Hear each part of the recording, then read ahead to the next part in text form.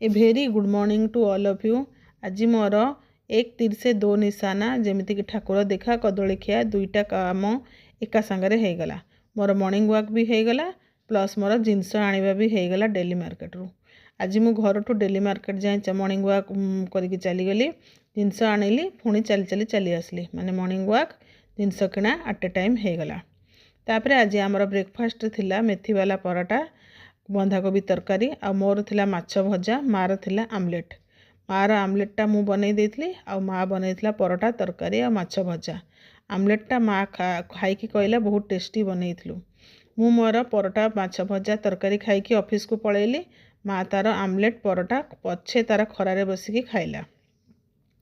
तापरे आज आम ऑफिस रे गोटे छोट भोजीटा थिला।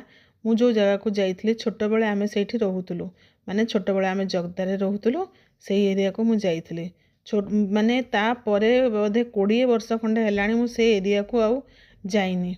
जाइकी से जगहटा देखीथली मोर सबू एरिया मने पड़गला। छोट बेले मु कोठी साइकेल जाउथली कोठी को रास्ता बटे जाउथली। एई रास्ता बटे आमे छोट बेले मु प्राय जाए ट्यूशन जाए स्कूल फेरे एई रास्ता बटे जाए से सब मोर मने पड़गला। तापरे आसीगली संध्या बेलू। आज तो लंच तो सेठी करथिलु। संध्यारे मु जोटा लंच रे हेतला खाइली बैगण भर्ता माछ आलू झोल आउ भात।